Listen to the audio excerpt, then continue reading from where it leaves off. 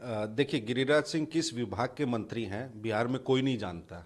मैं समझता हूँ देश में भी कोई नहीं जानता होगा।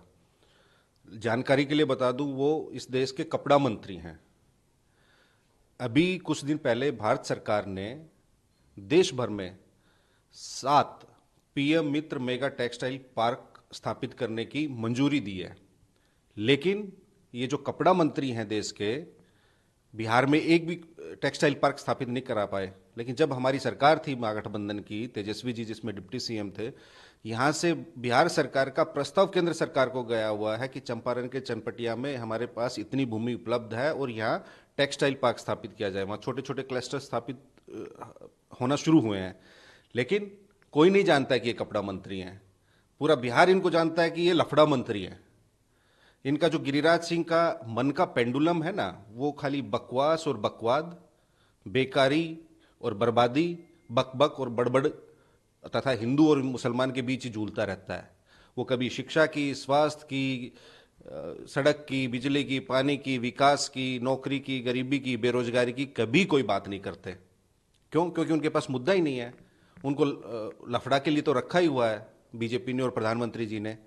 अब आप एक बात बताइए कि गिरिराज सिंह जिस विभाग में है, मैंने आपको बताया ही, अब वो खाली, ये इस देश का दुर्भाग्य है।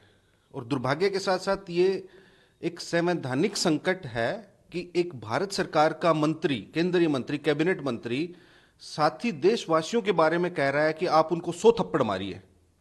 ऐसा इस देश में पहले कभी नहीं हुआ। हम गिरिराज सिंह से पूछना चाहते हैं, क्या आपकी हिम्मत है? केरल के राज्यपाल हैं आरिफ मोहम्मद खान, आंध्र प्रदेश के राज्यपाल हैं जनाब अब्दुल नजीर साहब, उनको आप 100 थप्पड़ मार दीजिएगा? वो भी मुसलमान हैं। इस देश की फौज में, इस देश में कितने हमारे जो देशवासी हैं, साथी मुसलमान जो हैं, क्रिकेट में, ये खेलों में, आपका हर प्रकार की प्रतिस्पर्धाओं में देश का नाम रोशन कर रहे हैं। और ये सीधा बोल रहे हैं, लोगों को उकसा रहे हैं कि आप मुसलमानों को, आपको दिखे 100 थप्पड़ मारिए। क्या ये केंद्रीय मंत्री की जुबान हो सकती है? हमको लगता है जैसे साध्वी प्रज्ञा ठाकुर को माफ नहीं कर पाए थे प्रधानमंत्री जी, लगता है गिरिराज सिंह को भी दिल से माफ नहीं कर पाएंगे। और जब गिरिराज सिंह को देखेंगे तो प्रधानमंत्री जी क्या बोलेंगे जी? ये शपथ लेते हैं ये लोग। गिरिराज सिंह ने क्या शपथ ली थी जब केंद्रीय मंत्री बने थे तो, या सांसद बने थे तो संसद में? उनको झांकना चाहिए अपने अंदर। लेकिन आप विपक्ष के नाते आप सवाल उठाने ये तो सही है, लेकिन जिसके साथ वो सरकार में है नीतीश कुमार जी, उनके तरफ से ऐसा कुछ बयान नहीं आया है। और जहां जहां हो गए, भागलपुर गए या अररिया गए, तो वहां पे उसके बाद कुछ न कुछ घटना की खबर आई मन। अररिया में तो हुआ ही है और कई जगह जो इनके साथ घूमे हैं लोग। देखिए, माननीय नीतीश कुमार जी का जो वैचारिक पतन हुआ है, वैचारिक के साथ मैं नैतिक पतन भी कहूंगा। बिहार सूबे में इस तरह की कभी कोई हरकतें नहीं हुई थी। नीतीश जी के भी साथ रहते हुए बीजेपी के लोगों में ये हिम्मत नहीं थी। लेकिन अब वो शिथिल हो चुके हैं, उनकी विश्वसनीयता खत्म हो चुकी है और मैं टिप्पणी नहीं कर पाऊंगा जिस भी मनोदशा से वो गुजर रहे हैं। लेकिन ये तो हमारे नेता तेजस्वी जी कह ही रहे हैं ना कि जदयू की अपनी कोई वैचारिकी नहीं रही है, वो आरएसएस के, हार्डकोर आरएसएस की लाइन पे जेडीयू पार्टी चल रही है। एक केंद्र का मंत्री बिहार में इस जुबान का इस्तेमाल कर रहा है और जदयू और मुख्यमंत्री ने एक शब्द तक नहीं कहा है। वो नहीं कहना, मुख्यमंत्री नीतीश कुमार का मौन गिरिराज सिंह को समर्थन देना है।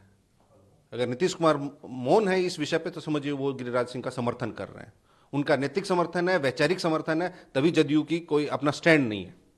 तेजस्वी यादव जी कह रहे हैं कि JDU is behaving like the RSS, और जेडीयू कह रही है कि इस देश में अगर कोई सबसे बड़ा समाजवादी सेकुलर नेता है तो नीतीश कुमार है। फिर तो इससे हास्यास्पद कोई बात ही नहीं हो सकती। ये थोड़ा कॉन्ट्राडिक्शन है। एक उनके सहयोगी जो हैं वो किस जुबान का, किस व्याकरण का, शब्दावली का इस्तेमाल कर रहे हैं और जदयू कुछ नहीं कर रही है। नेता, हमारे नेता ने सही कहा। जो एक इनका सांसद है अररिया का, उसने किस भाषा का इस्तेमाल किया कि आपको ये कहना पड़ेगा तो आपको अररिया में रहना पड़ेगा।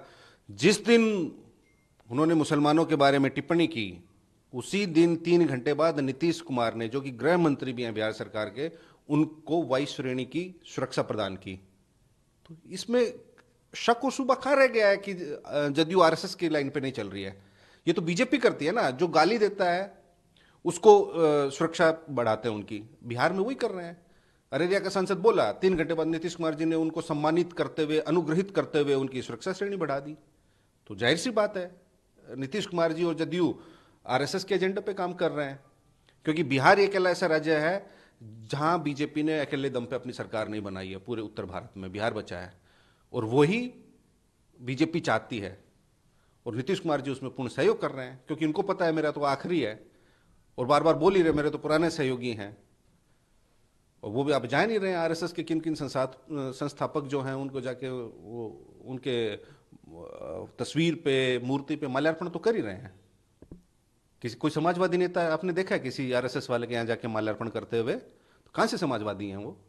तो आपको शक है कि बिहार में आने वाले दिन में त्योहारों का मौसम है, छठ है, दिवाली है, कहीं ना कहीं दंगा, क्योंकि आज ममता बनर्जी ने कहा है कि बीजेपी जो है त्योहार का मौसम है, राज्य में कहीं, देश में कहीं ना कहीं दंगे हिंदू मुसलमान करवाएगी। तो आपको लग रहा है कि बिहार में जिस तरीके से यात्रा निकल रही है, सवाल उठ रहे हैं, तो क्या कुछ हो सकता है बिहार में? इसमें इफ एंड बट बचा ही नहीं है। उनका एक सांसद कुछ कह रहा है, केंद्रीय मंत्री कुछ कह रहे हैं, जो राज्य में उनके मंत्री और नेता है वो और कुछ कह रहे हैं। तो जाहिर सी बात है।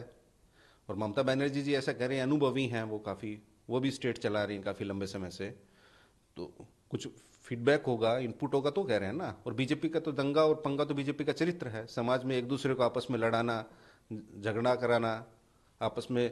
जब तक अगर विभाजन नहीं होगा तो इनकी कुर्सी कैसे मिलेगी? क्या मुद्दों पे बात करते हुए सुना है आपने कभी? बिहार में अकेले तेजस्वी यादव मुद्दों की बात कर रहे हैं, शिक्षा की, चिकित्सा की, रोजगार की, नौकरी की, किसान की, नौजवान की, युवा की, जो पलायन कर रहे हैं उनकी, बेरोजगारी की। आप एक बताइए, जहरीली शराब से कितने लोग मर गए? आज ही गुरुग्राम में, हरियाणा में 4 लोगों की, जो प्रवासी श्रमिक थे यहाँ से, श्रमवीर, उनकी वहाँ आग लगने से जल के मृत्यु हो गई। 3 दिन पहले जम्मू कश्मीर में जो आतंकी हमला हुआ, वो सरकार की भी फेलियर है, उसमें भी 3 बिहारियों की मृत्यु हुई। आप 1 महीने का आप आंकड़ा लगाइए, ये संकलन नहीं करते ना इन चीज़ों का, कि कितने बिहारी दूसरे राज्यों में उनकी मृत्यु हो रही है। क्यों? क्योंकि ये विफल सरकार है, इनकी वजह से पलायन भी होता है, और वो बेचारे रोजी रोटी के लिए दूसरी जगह जा रहे हैं, तो वहां भी मारे जा रहे हैं, चाहे आतंकी घटना में मारे जाएं, चाहे किसी दूसरे कारण में। हर जगह मैक्सिमम इनकी सरकार है, वहां ये घटनाएं हो रही हैं, उन पे शोक संवेदना भी प्रकट नहीं करते हैं ये लोग। एक अंतिम सवाल, झारखंड में चुनाव हो रहा है, बिहार में भी उपचुनाव हो रहा है, लेकिन झारखंड में चुनाव हो रहा है, कहा जा रहा है कि हरियाणा जैसा रिजल्ट आ सकता है।